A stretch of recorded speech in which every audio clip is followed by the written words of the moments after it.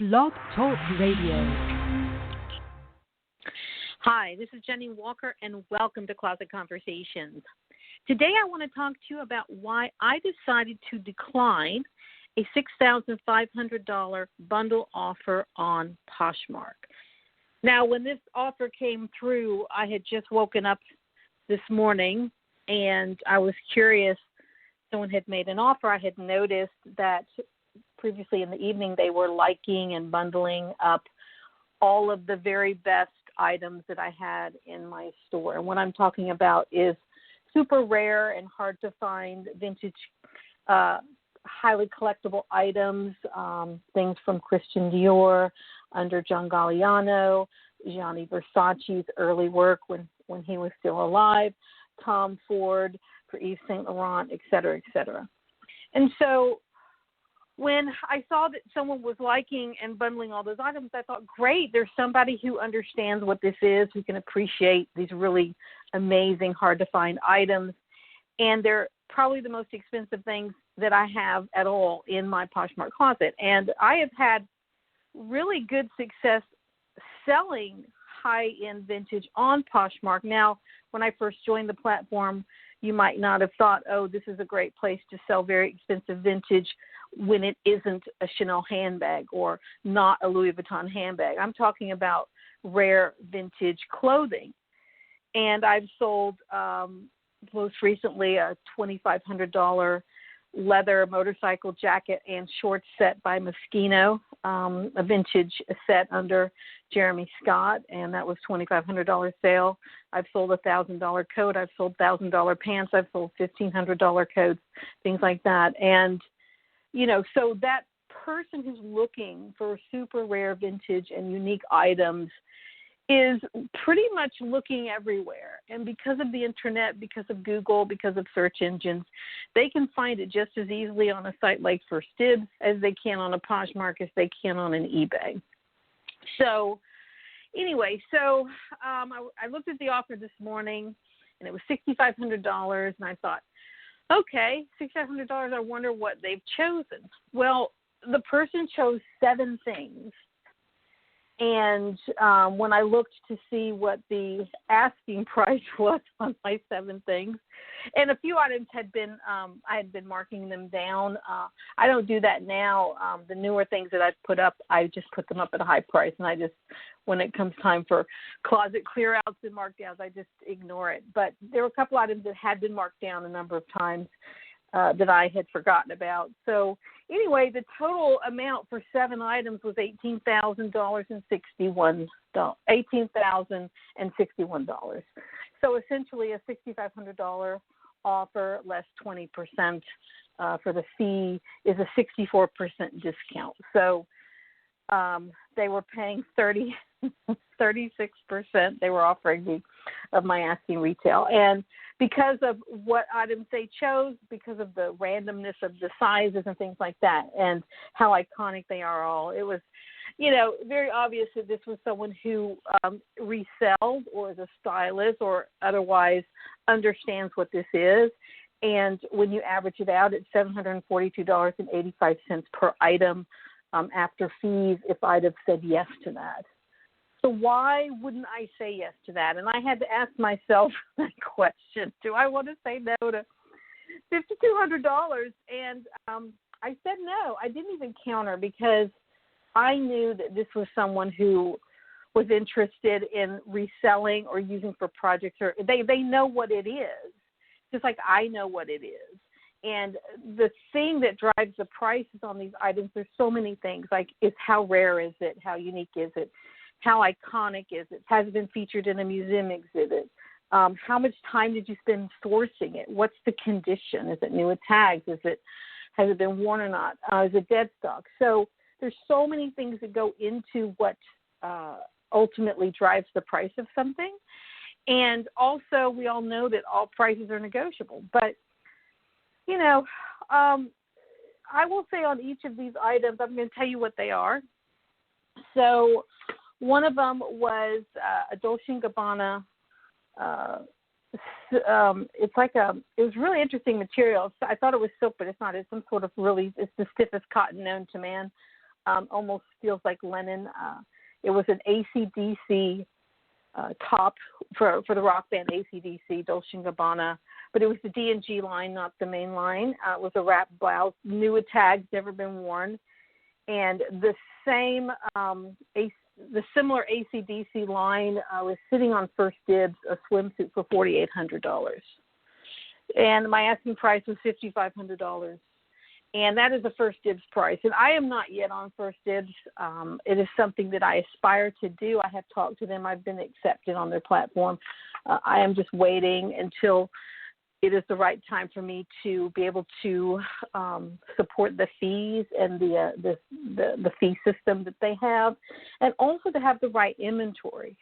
And in talking to them, I realized when I looked at the brands that were their top sellers and I looked at what I had, I didn't think there was any way I was going to be able to be successful on their site given the merchandise mix that I had, which is 99% vintage Moschino, which is a slow seller for them, slow seller for me, and about 1% what I call all the other good stuff.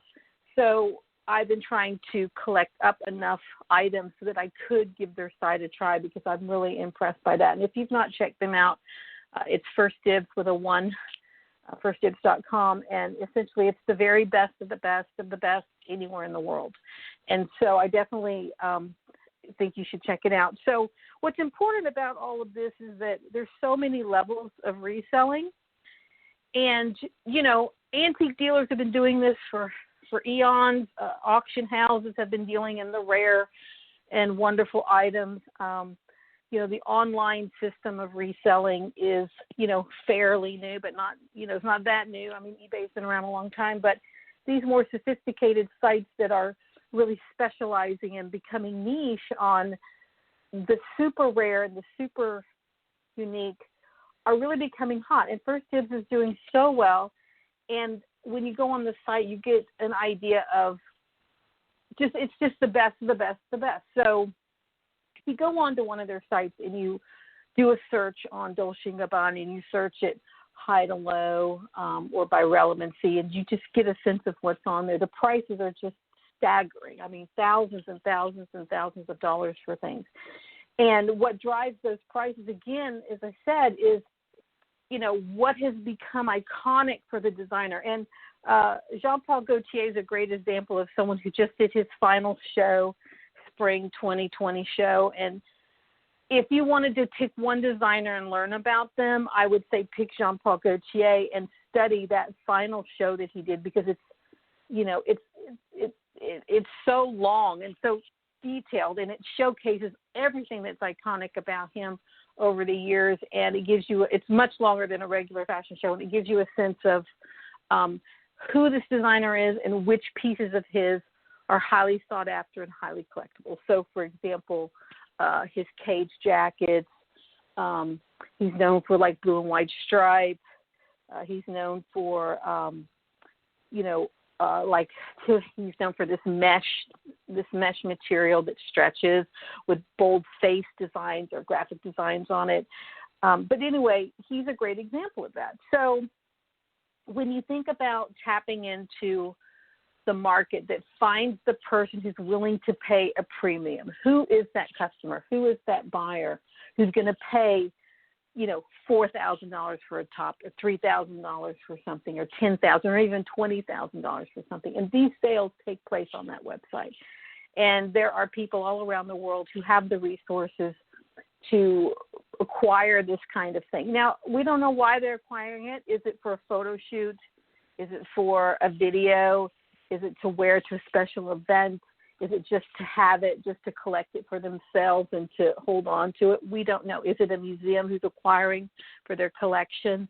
We don't really know who that customer is and how they're going to use it, but we do know that they exist and they're willing to pay a premium. And so when I have this mix of items on Poshmark, I'm basically preparing myself to move into being able to put some of my inventory on a site like First Dibs, but I'm not ready yet.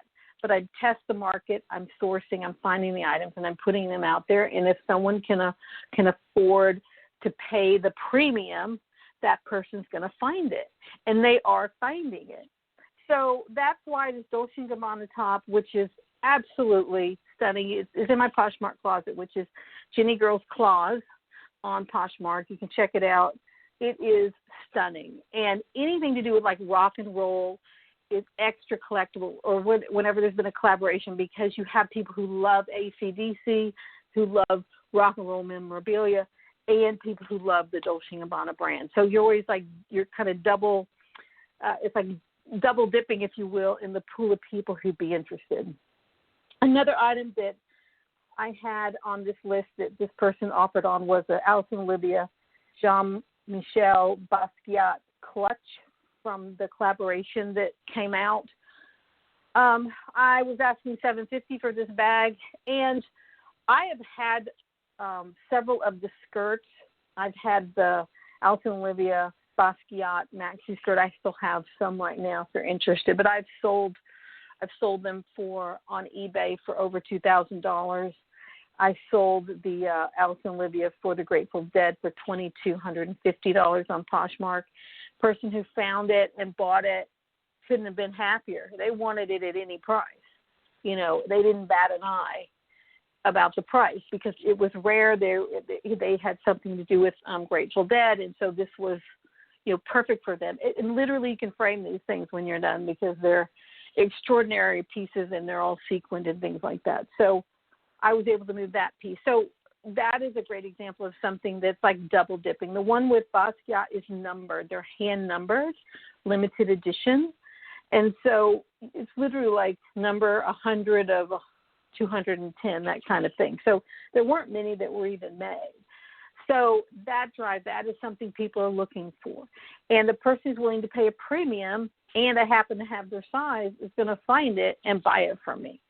And I'm not going to sell to the person who's not willing to pay the premium. That's just all there is to it. I'm not interested in selling to that person because I want to market to the person who will pay the premium. And so it's easy for me to make decisions on what to say no to and how to negotiate because I'm very clear.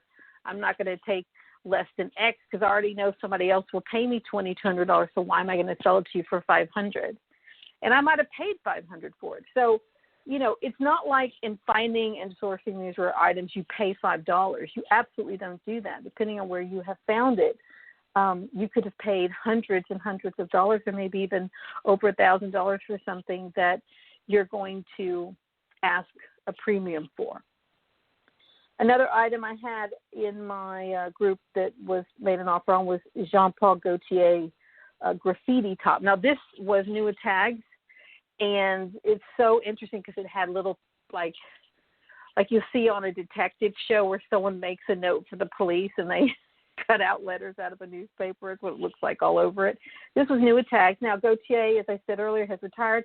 He's no longer making ready-to-wear. He's not making couture. He's not making anything. So there is no more. That's it. So whatever's out there is out there. So he is hot right now for people who are looking for that. Now, his designs are super edgy and wonderful anyway, but now you can't get them anymore. So this I was asking $535 for. I had put that down on sale. I originally was asking $595, I think.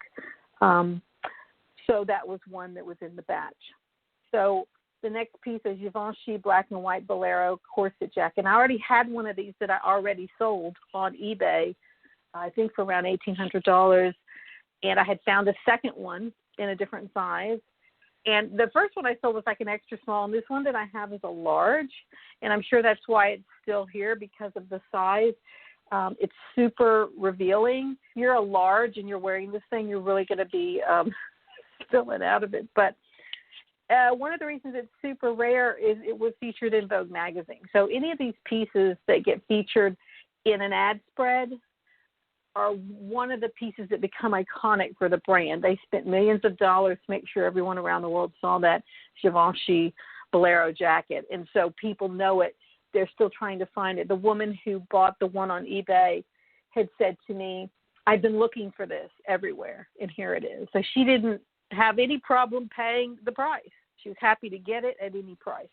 And women, you know, we got a memory. If there's something we've missed out on, we know it. I run into that all the time just with people that I know or even for myself where someone is so excited to find something they've missed out on for whatever reason, and so they're happy to have it and willing to pay a premium. Another item in the group of items on the bundle was a Christian Dior, went under the John Galliano years. It's a Bob Marley reggae pants that I had listed for $2,500. This whole line is super brightly colored, yellow, red, blue, green. It's like Rastafarian theme to it. And I have the purse, the pants, and I actually have newly acquired a baseball cap. And these pieces are super rare. And if you go on First Dibs, you can find dresses. One dress was $18,200. It also had a matching scarf, I believe. Another dress was $3,141. Another dress was $1,999 on First Dibs. So I didn't see the pants or the hat on First Dibs, but they've been there in the past. So it's a super rare collaboration. My pieces are literally like brand new, and these things are super trendy. So whoever bought these wore it once. Like, this is not something you're going to wear very often because it's so loud and so definitive, but this is something that is iconic, and it's super rare, and people are always trying to find it. So I had my pants listed for $2,500, and you know, I paid a lot for those pants. I can tell you I paid a lot. I was happy to get them at any price, but I didn't pay $2,500 for them. But I know that there are people who will pay that. The next piece was a Gianni Versace ivory wool skirt suit. I had it on sale for $1,766. I have since raised the price after this whole experience. It's one of the earlier pieces. It's from when Versace was still alive. And I actually had someone look at it who was a photographer who had said, you know, this is something you could rent and you could just use it over and over again because of the style and the color. And he just thought it was so wonderful. And rental is a whole other piece of this that I will get into in a moment.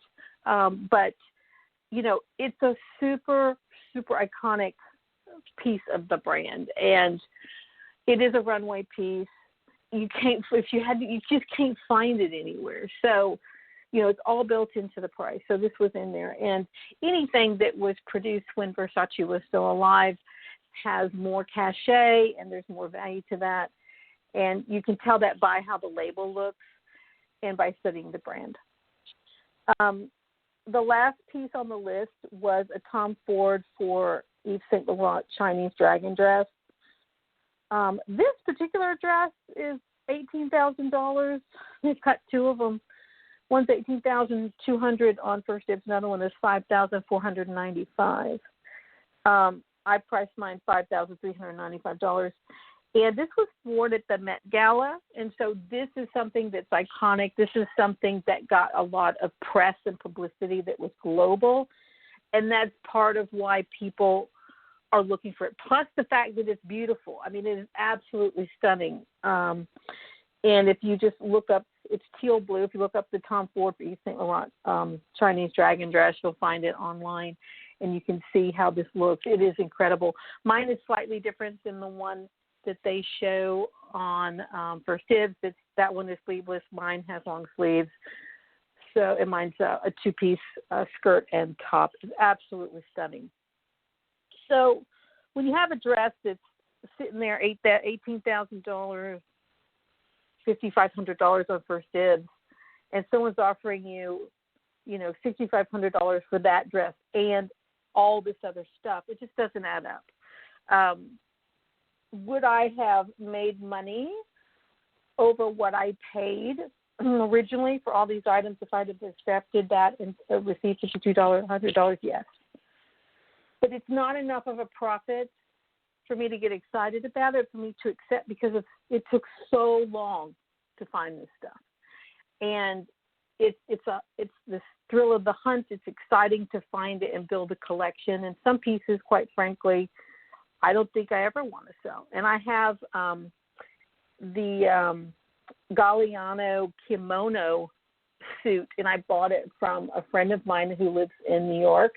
I will never sell that. It is just stunning. It's on my Instagram page, JennieGirl's Closet. You can see it's black kimono with giant sleeves, and it's got pants that match. It's been in museums. It's iconic, part of the brand, and that's just someone actually got in touch with me on Instagram who saw it, and they said, wanted to know how much it was, and I'm like, it's not for sale, and it's not. And so this brings me to the rental, and there's a lot of people who collect, really want to sell, and they are willing to rent, but they're not willing to rent everything, and I can tell you why, because it gets ruined. And I have loaned clothes out to photographers for sessions, and I did that a couple of times, and I was done after twice. And I've done my own photo shoot, which is different, but it's going to get sweat in, it's going to get stepped on, it's going to get scuffed, it's going to get makeup on it. Like, it's going to get ruined. And it's really disappointing to get something back. Like, I had like a Chanel belt that got broken, and that just has to happen like a couple of times, and you're like, rental's not for me. So I think a lot of times when people do rent, they are very selective about what they're willing to let go of, and actually some people accompany their pieces to the shoot because they're really concerned about it, which I totally understand. The deposits on these rentals is like the full amount. So if you have a $5,000 piece, for example, someone wants to rent it, they have to put a $5,000 deposit down plus the rental fee, right? Because if anything happens, and it could easily happen, they want to be protected from that. So it all comes down to really understanding what desirable on the highest end of this, because as resellers, we come across everything. And I actually come across all kinds of things, and I am selling at every level. Tonight, I sold a $9 sweater I got at the Goodwill bins. I sold a $100 cashmere coat that I've had for 3 or 4 years.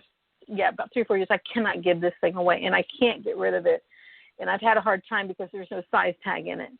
If you know anything about trying to sell things without a tag in it, people are really, really concerned even with measurements. So I was happy to move that along. But, so I have a $9 sweater, a $100 coat. So I'm going to earn the $6 and something from the sweater. I'll earn $80 from the coat. Those were both Poshmark sales. And then I have this $6,500 offer that I declined because I know that, it wasn't too long ago, I had a $2,500 sale of vintage Moschino, and the person was glad to get it, and I'm going to wait for that person. So in terms of what I've been trying to do is, because I sell everything from the H&M to haute couture, right?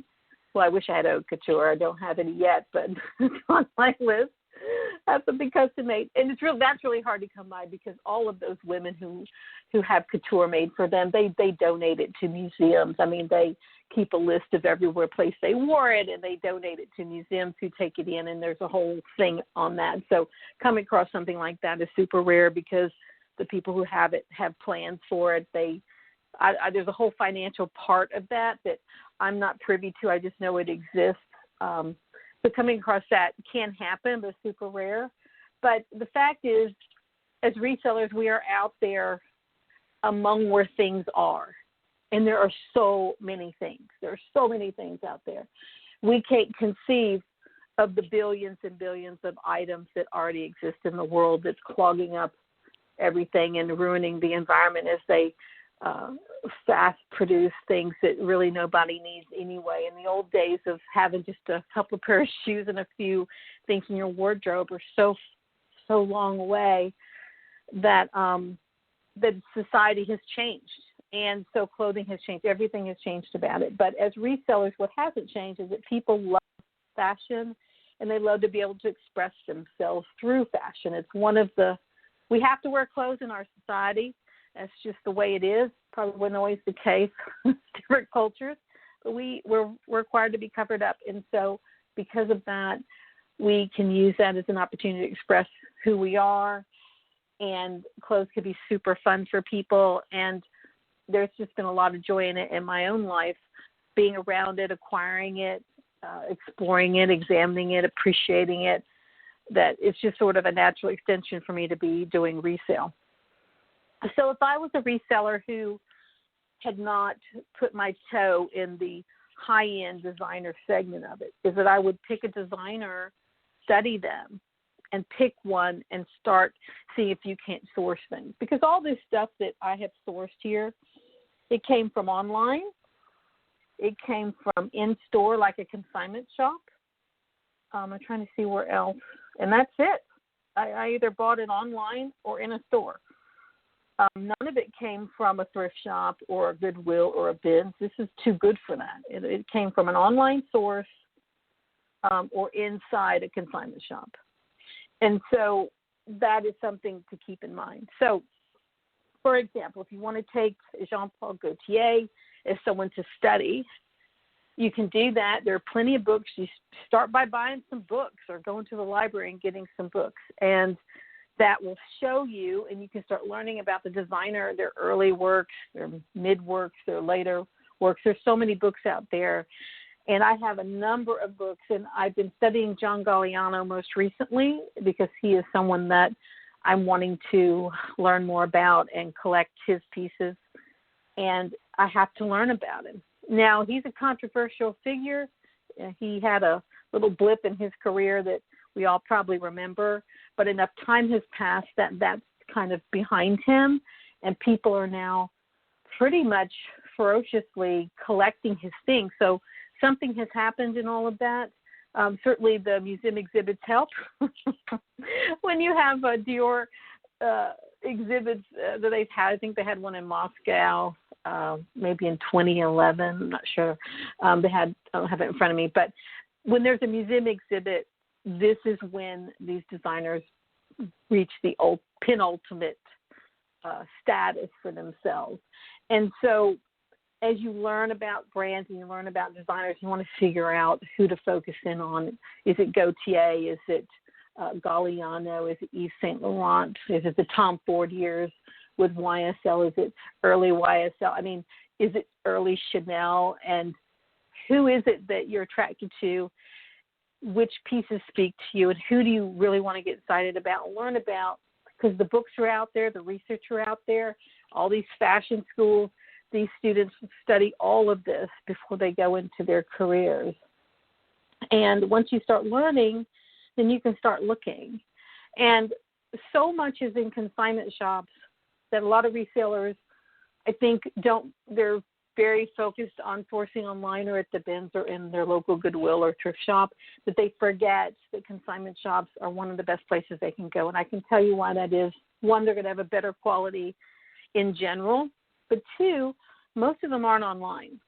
And so amazing pieces are sitting trapped in consignment shops that no one ever saw because it was limited to that community where that consignment shop is. And I have found so many amazing pieces in Santa Monica in consignment shops there, and they were on the clearance rack. And I'm a pair of black velvet parachute pants from France that I bought for like $50, and I sold them for $700. And the person who bought them, it was bought through some sort of middleman that was sending it to Japan. And, you know, I knew they were amazing when I looked at them, but no one ever saw these pants or knew what to do with them. And I saw them, it caught my eye, and I knew that someone was going to buy these because they're so amazing, whether it's for a photo shoot, a video shoot.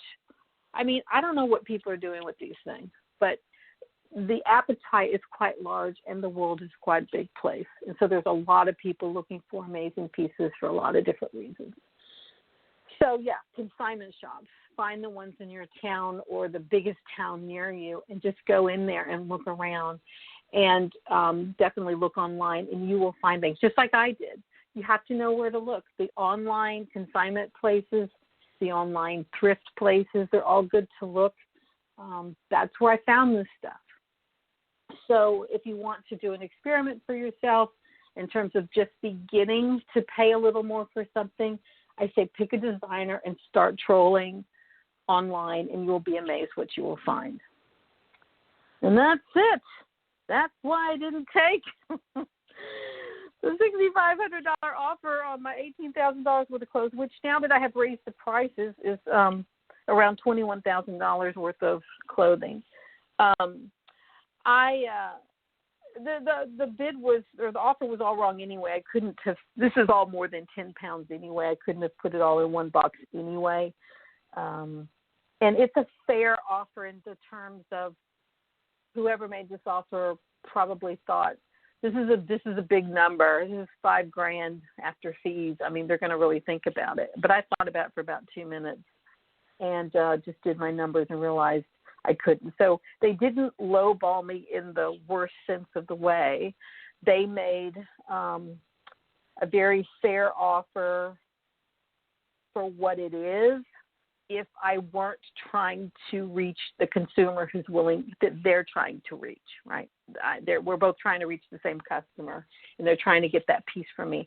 Now, I do sometimes with my vintage Moschino, I will let something go for less than I want simply because it could be a piece that I've decided I don't really need or want anymore, or I have multiples and I was able to find it in better condition. It could be a size issue. Sometimes because it's vintage and these things get worn, it could be missing a button or have a small flaw. And I recently sold the super rare Union Jack flag jacket by Vintage Moschino for probably half of what I would normally get, but it was missing one of the buttons on it. And I'm just like, I don't know when I will come across this button. So I just let it go. The person was so excited. And, the nanny stuff is really hot right now. And, all of this 90s, follow any of these Instagram accounts that follow her style. I mean, you will just be amazed at what's out there. So, yeah, definitely check that out. So that's it. Waiting for more. I was thrilled to get an offer, thrilled that someone would be willing to offer that amount, but it's not enough for all the time and effort that's been put into this, and it's not enough of a profit for what this is. If this were anything else in my closet, if it were non-designer, if it were anything else that I had sourced, this would be a different podcast, but it's not. This is the good stuff. This is the rare stuff. And it's stuff that you as resellers could also be dipping your toe into and selling. A lot of the really high-end vintage stores in LA and New York, they belong to First Dibs. They do a great business on there. They have reputations with stylists. They're dressing celebrities who have places to wear these things. And so it's a niche that each one has developed in their own way with their own contacts. But in terms of the internet at large, you don't have to be that in order to sell something at a premium. And I can't tell you how many times I've seen someone get excited about something they found at the Goodwill bins, and they're excited because they sold it for $100. And, that same thing I have sold for $1,000. And so there's a lack of knowledge between what they know and what I know that would have helped them get a premium for if they want it. A lot of people aren't interested in the long tail approach. They're not interested in holding out. But I have such a huge merchandise mix that it's easy for me to find pieces that take a long time to sell, but when they sell for a lot, because I have all this other merchandise that I'm selling in between. And I'm good with that because I love fashion and I love clothes. I love pieces and I love everything about recycling and repurposing and giving things new life. I love everything about it. To me, I love it as much. I do love it a little more when it's designer just because the clothes are more beautiful, but I love the process and I love the thought of it. And that's it. So this is Jennie Walker with Closet Conversations. Just wanted to pop on here and give you my thoughts about why I turned that down. And I hope you understand why. And, perhaps you'll be turning down some of your offers too. But the one last thing I'll leave you with is somebody had asked me about how do you sell higher end items, and I said, well, the first thing you have to do is price it. The only way to sell a pants for $1,000 is you have to price them $1,000. And I think a lot of people are super shy to do that when they don't have the knowledge that I do about original retail or what something's worth, or maybe they themselves don't have the personal experience of ever paying $1,000 for a pair of pants. But there are plenty of people who do have that experience and are willing to do it. So you're going to have to get out of your comfort zone a little bit. Learn about what's rare. Pretend you're a fashion archaeologist. Pretend you've been hired by Christie's auction house or someone else to do your investigation to find the super most wonderful and rare items, and then go try to value that. And if you put that hat on, it'll help you think about this in a different way. So the first thing is you have to find something that's desirable, and then the second thing is you've got to be willing to price it at a premium in order to get that. And the whole thought of, looking at comps doesn't work for rare vintage. It doesn't do me any good to see that somebody priced when I'm trying to sell it for $3,000 or $4,000. It just doesn't compute in this part of this process. But you will come across rare things, and don't give them away. I've seen so many YouTube videos where people, they say, I don't know what it is, but I think it's good. Well, you know what? You need to go find out what it is, because you could have something worth a couple $1,000s in your hand and not know it. And I can tell you that the person who's going to buy it is someone like me who knows exactly what it is. They're going to buy it, and then they're going to resell it for more, and that could be you. And there's plenty of room for more people to find and put these amazing pieces back out into the market and in the hands of people who can love and appreciate them. And that's it. This is Jennie Walker with Closet Conversations. I appreciate your time. If you'd like to be in touch, you can find me on Instagram at JennieGirl's Closet. Look forward to hearing from you.